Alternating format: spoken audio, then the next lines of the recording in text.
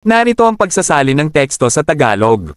Ang Katniel ay ang pinagsamang pangalan ni Catherine Bernardo at Daniel Padilla, isa sa mga pinakasikat at matagumpay na love team sa Pilipinas.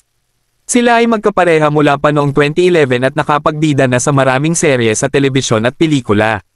Paano nagsimula ang Katniel? Nagsimula ang pagtatambal ni Catherine Bernardo at Daniel Padilla noong 2011 nang gumanap sila ng mga maliliit na papel sa isang serye sa telebisyon.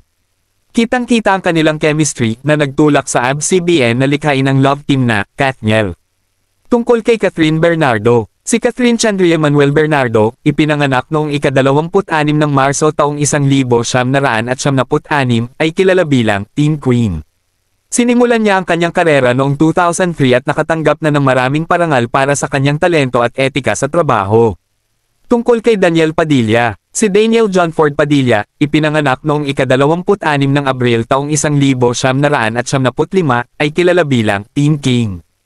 Natuklasan siya ng talent manager na si Douglas Quijano at hinikayat na mag-audition para sa Star Magic.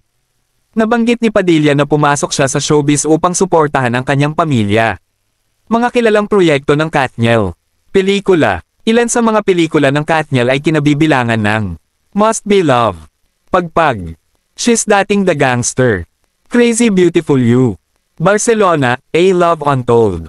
Serye sa telebisyon. Ilan sa mga serye sa telebisyon ng Katniel ay kinabibilangan ng Princess and I, Got to Believe, Pangako Sa'yo, La Luna Sangre. Ang patuloy na chemistry ng Katniel ang nagtulak sa kanila upang maging isang dominanteng puwersa sa mundo ng entertainment sa Pilipinas, na may isang dedikadong fanbase na sabik na naghihintay sa kanilang mga proyekto.